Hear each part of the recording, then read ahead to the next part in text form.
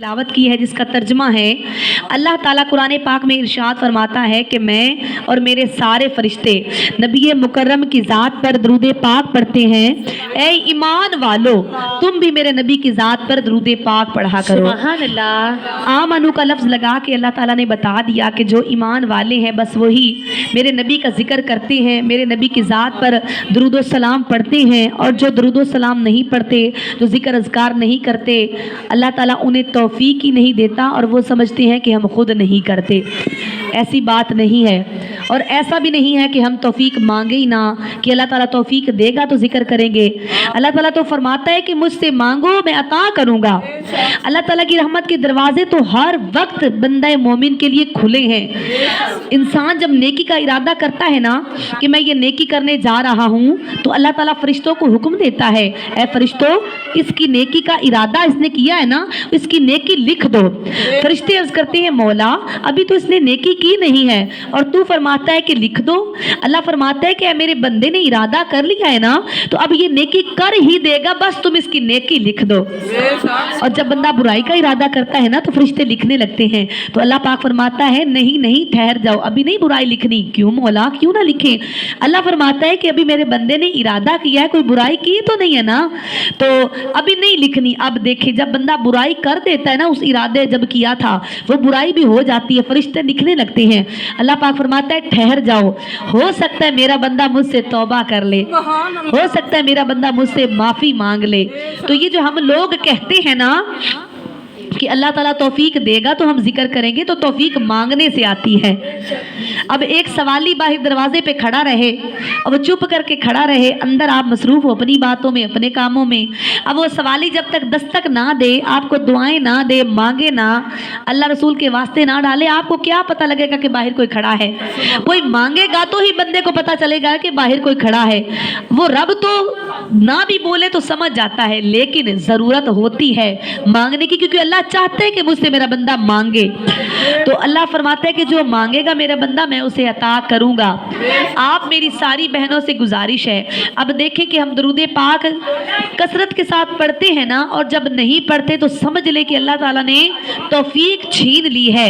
तो तौफीक अल्लाह से मांगे कि या अल्लाह पाक हमें तौफीक अता फरमा कि हम ज़्यादा से ज़्यादा नबी पाक की ज़ात पर दरूद पाक पढ़ें, नबी का जिक्र करें, क्योंकि नबी के जिक्र में ही दिलों का चैन है, क्योंकि नबी का जिक्र अल्लाह का जिक्र है। अल्लाह का जिक्र ऐसे है कि अल्लाह हर वक्त नबी का जिक्र करता रहता है। तो इसीलिए दरूद पाक अल्लाह का जिक्र है। अल्लाह अकेला ही का ये जिक्र करता रहे ना तो वो अकेला ही काफ़ी है। हमें क्यों हुक्म देता है कि तुम भी करो? इसीलिए कि अगर ये मेरे नबी का जिक्र करेंगे तो इसी जिक्र को मैं इनके लिए जरिया निजात बना दूंगा। सुभान अल्लाह। तो इसीलिए ना अल्लाह के जिक्र में दिलों का चैन है, और वो जिक्र क्या है? वो नबी का जिक्र है। तो ये नबी का जिक्र इतना आसान है कि अगर हम अपनी ज़ुबानों को हर वक्त नबी के जिक्र से तर रखेंगे, हर वक्त पढ़ते रहेंगे अल्लाहुम्मा सल्ली अला सय्यिदिना व मौलाना मुहम्मद व अला आलिहि व सहबिहि व बारिक व सल्लिम। और इस जिक्र में सुकून ही सुकून है, बरकतें ही बरकतें हैं, रहमतें ही रहमतें हैं। और ये जिक्र सिर्फ हम ही नहीं करते, जो ज़मीन पर रेंगने वाले कीड़े हैं ना वो भी मेरे आका का जिक्र करते हैं। एक दफ़ा ना हज़रत दाऊद अलैहिस्सलाम एक गार में बैठकर अल्लाह ताला की इबादत में मसरूफ़ थे, और आपने एक कीड़ा छोटा सा रेंगता हुआ देखा। अब दिल में ख्याल आया कि ए मौला अगर तू इस कीड़े को ना बनाता तो क्या था? अब कीड़ा अल्लाह पाक से दुआ करता है कि मौला मुझे तो ज़ुबान अता करना, मैं दाऊद अलैहिस्सलाम को बताऊं कि अल्लाह ताला ने मुझे क्यों पैदा किया है। अब कीड़ा अपनी ज़ुबान हाल से बोल कर अर्ज़ करता है। अल्लाह ने जब ज़ुबान अता की तो बोलने लगा, अर्ज़ की या ए हज़रत दाऊद अलैहिस्सलाम तू तो भी दिल में ख्याल कर रहा था ना कि अल्लाह पाक ने मुझे क्यों पैदा किया। ए दाऊद अलैहिस्सलाम क्या तुझे पता नहीं है कि मेरे ज़िम्मे अल्लाह ताला ने क्या ड्यूटी लगाई है? मैं सुबह से लेकर शाम तक, शाम से लेकर रात तक, रात से लेकर सुबह तक नबी पाक की ज़ात पर दरूद पाक पढ़ता रहता हूँ। अब तुम जो इंसान हो ये दुनिया के काम काज में मसरूफ़ हो जाते हो, दुनिया परस्ती में, पेट परस्ती में मसरूफ़ हो जाते हो, दुनिया के कामों में मगन मस्त हो जाते हो, तुम भूल जाते हो कोई लम्हा होगा। लेकिन मैं कीड़ा होकर हर वक्त कमली वाले आका की ज़ात पर दरूद पाक ही पढ़ता रहता हूँ। तो ए दाऊद अलैहिस्सलाम, तू सोच रहा है कि अल्लाह ताला ने मुझे क्यों पैदा किया? तो सुना ना कि मेरा काम कितना आला है, मैं हर वक्त सरकारे दो आलम की ज़ात पर दुरूद पाक पढ़ता रहता हूँ। अब ज़रा मेरी बहनें गौर करें, छोटा सा रेंगने वाला कीड़ा है, वो हर वक्त दुरूदो सलाम पढ़ता रहता है, तो क्या हमारा हक नहीं बनता कि हम भी सरकारे दो आलम की ज़ात पर दुरूदो सलाम पढ़ें? और अगर हर लम्हा नहीं भी आप पढ़ सकती तो कम से कम 100 मरतबा तो दुरूद पाक ज़रूर पढ़ सकती है ना, कम से कम। ज़्यादा से ज़्यादा जितना मर्जी आप पढ़ें, 1000 मरतबा पढ़ें। आगे रमज़ान पाक का महीना आ रहा है, जहाँ दिन में आप आम दिनों में 100 मरतबा पढ़ती है ना, रमज़ान के दिन में रूटीन बना लें कि हमने 1000 मरतबा पढ़ना है। क्यों? कि ये अल्लाह का जिक्र है, अल्लाह का जिक्र है ना, और अल्लाह का जो बंदा जिक्र करता है, अल्लाह ताला की वो ख़ास निगाहों में आ जाता है। और करीम लजपाल आका ने भी फरमाया कि जो जितना ज़्यादा मुझ पर दुरूद सलाम पढ़ने वाला होगा, वो उतना ही हशर के मैदान में मेरे करीब होगा। सुभान अल्लाह। अब हम में से कौन नहीं चाहेगा कि हम कमली वाले आका के करीब से करीब हों? कौन नहीं चाहेगा? हर कोई ये चाहेगा ना कि हम नबी पाक के करीब से करीब हों। वो नबी कि जो जिसकी खातिर हमें पैदा किया गया, वो नबी जिसकी खातिर ज़मीन व आसमान बनाए गए, वो नबी जिसकी खातिर कुल कायनात बनाई गई, वो नबी के जब अल्लाह था, अल्लाह ने अपने नूर से अपने नबी के नूर को बनाया। फिर उस नूर की खातिर अल्लाह ने चाहा मैं क्यों ना कोई निज़ाम बनाऊं। फिर अल्लाह ताला ने नबी के नूर की खातिर, नबी की खातिर पूरा दुनिया का निज़ाम बनाया, जन्नत का निज़ाम बनाया, कुल कायनात, ऊपर नीचे आसमान, सातों आसमानों में हर चीज़ अल्लाह ताला ने प्यारे नबी की खातिर बनाई। हत्ता कि हमें भी बनाया अल्लाह ताला ने नबी पाक की खातिर। अल्लाह ताला ने हमें औलाद दी नबी पाक की खातिर। अल्लाह ने ये हमें घर बार दिया नबी पाक की खातिर। इज्जत, शोहरत, मर्तबा, मकाम, पैसा, रुतबा, जो कुछ अल्लाह ने अता किया है वो नबी की खातिर अता किया है। और हम लोग उसी नबी पर 100 मरतबा दिन में दुरूद पाक भी ना पढ़ सके तो हमसे बड़ा भी कोई बेवफा है? हमसे बड़ा भी कोई बेवफा है? नहीं है। आप देखें, वो नबी जिनके हम उम्मती हैं, वो नबी दुनिया में तशरीफ लाते हैं, आपके लब मुबारक हिल रहे हैं। हजरत माई आमना फरमाती हैं कि मैंने चाहा कि मैं कान लगाकर सुनूं तो सही, मेरा लाल आते ही सजदे की हालत में है और लब मुबारक हिल रहे हैं, मेरा लाल कह क्या रहा है? तो अब हजरत माई आमना फरमाती है कि जब मैंने कान लगाकर सुना तो मेरे लाल के लबों से आवाज आ रही थी, या रब हबली उम्मती। सुभान अल्लाह। ऐ मौला मेरी गुनाहगार उम्मत की बख्शिश फरमा, ऐ मौला मेरी उम्मत को बख्श दे। और वो नबी अभी आया ही है, दुनिया में तशरीफ लाया ही है, तो हम बेवफाओं की खातिर दुआएं करता आया है कि या अल्लाह मेरी उम्मत, या अल्लाह मेरी उम्मत, या अल्लाह मेरी उम्मत की बख्शिश फरमा। हत्ता कि दुनिया में पूरी जिंदगी उम्मती उम्मती उम्मती करते गए, हशर के मैदान में भी उम्मती उम्मती करते रहेंगे और अल्लाह से उम्मत की बख्शिश की दुआएं करते रहेंगे।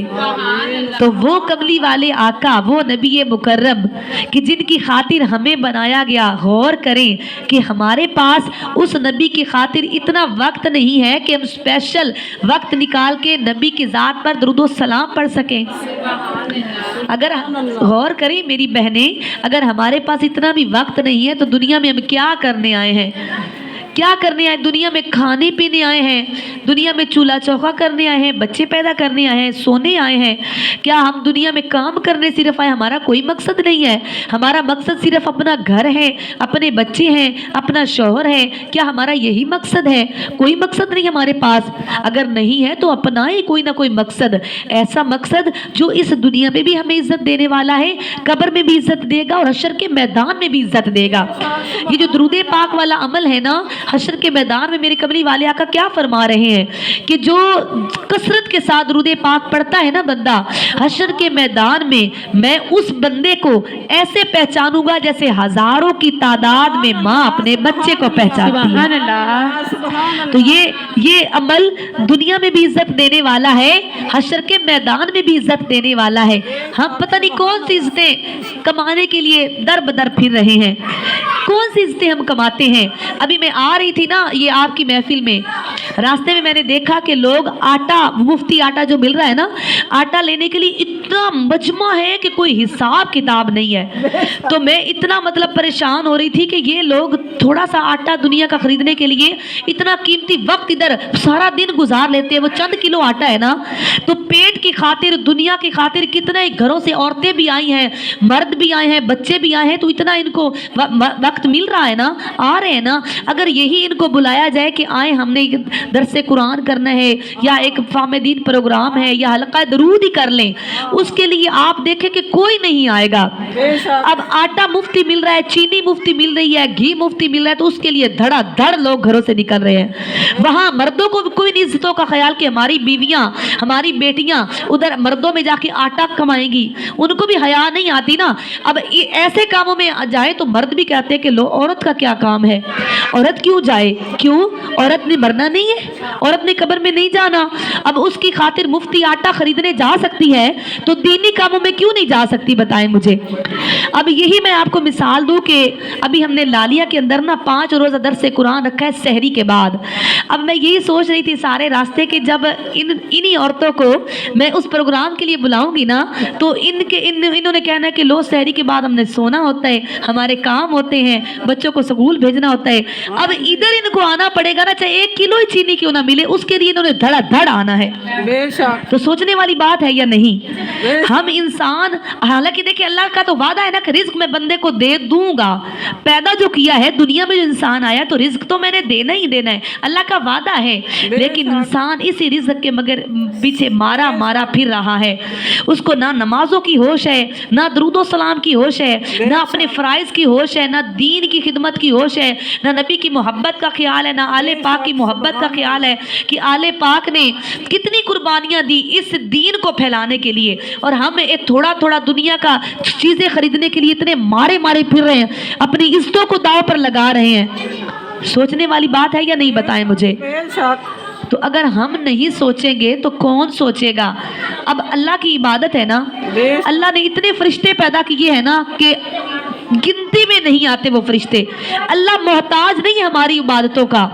अल्लाह खुद भी अगर अकेला ही दुरूद सलाम पढ़ता रहे तो वो अकेला ही काफ़ी है, आगे फिर उसके फरिश्ते ही काफ़ी हैं। लेकिन वो हमें क्यों चाहता है कि ए ईमान वालों तुम भी मेरे नबी का जिक्र करो, क्योंकि अल्लाह चाहता है कि अगर ये लोग मेरा जिक्र करेंगे, मेरे नबी का जिक्र करेंगे, तो इसी जिक्र को मैं इनके लिए जरिया निजात बना दूंगा। सुभान अल्लाह। तो इस यहाँ भी तो अल्लाह हमारा नफ़ा सोच रहा है ना, कोई अपना तो नफ़ा नहीं सोच रहा ना। और हम इतने बेवफा हैं कि सुन सुन सुन के भी समझते नहीं है और अमल नहीं करते। अमल से ज़िंदगी बनती है जन्नत भी जहन्नम भी, ये खाकी अपनी फितरत में ना नूरी है ना नारी। आज ले उनकी पनाह, आज मदद मांग उनसे, कल न मानेंगे क़यामत को अगर मान गया। आज अल्लाह मानता है, हम बंदे नहीं मानते। अल्लाह फजर को भी बुलावा भेजता है कि आओ मुझे मनाओ, जोहर को भी बुलावा भेजता है, असर को भेजता है, मगरिब को भेजता है, इशा को भेजता है। आओ एक दफ़ा मेरी दहलीज पे आके मुझसे मांगो, मैं अता करूँगा। मेरी रहमत के दरवाजे खुले हैं, मुझसे मांगो तो सही। अल्लाह तो बहाने हमारे लिए बनाता रहता है कि मेरे बंदे बख्शिश मांग ले, बख्शिश ले ले, बख्श ले। क्यों बनाता रहता है? कि अल्लाह ताला को अपना महबूब नबी बड़ा प्यारा है और नबी पाक को अपनी उम्मत बड़ी प्यारी है। अल्लाह चाहता है कि मेरे प्यारे लाडले महबूब नबी का कोई भी उम्मती दोज़ख में जाए, इसीलिए अल्लाह ताला दोज़ख से बचाने की हिले बहाने बंदे को अता करता रहता है। अब देखिए अल्लाह ताला ने क्या फरमाया कि ए ईमान वालों तुम पर रोजे फर्ज किए गए जिस तरह तुमसे पहले आने वाले लोगों पर फर्ज किए गए थे, ताकि तुम परहेजगार हो जाओ। अब अल्लाह ने अगर हमें ना बख्शना होता तो ये रमज़ान पाक का महीना ही अल्लाह हमें ना अता करता। गिनती के 30 दिन होते हैं और इसका एक एक लम्हा अल्लाह ताला फरमाता है इसका मैं अनगिनत फ़ायदा पहुँचाने वाला हूँ, अनगिनत सवाब देने वाला हूँ।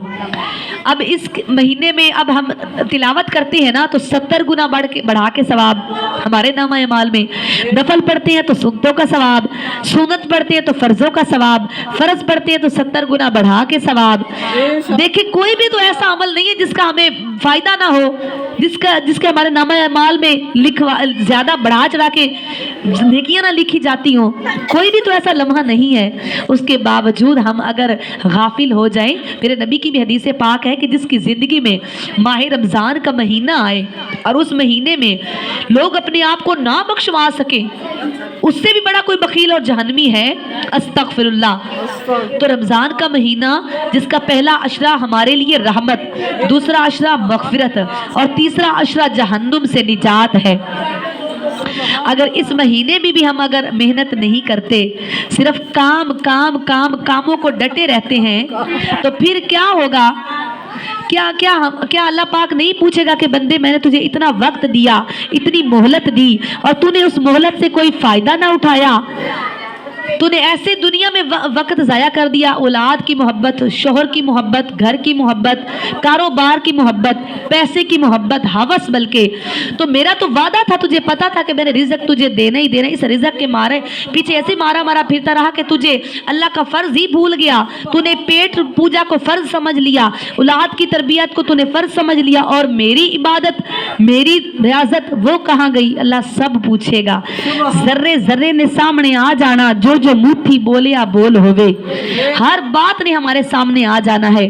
और रमज़ान का महीना इतना मतलब हमारे लिए करीम है, इतना रहीम है कि हज़रत मूसा अलैहिस्सलाम पूछ रहे हैं कि या अल्लाह पाक कि मैं तेरे इतना ज़्यादा करीब होता हूँ, तेरी दुआ, तेरी इबादत करता हूँ, तो उससे हम कलाम होता हूँ, इतना मैं तुम्हारे ज़्यादा करीब हूँ, तो क्या कोई और भी तुम्हारे इतना ज़्यादा करीब हो सकता है मेरे अलावा?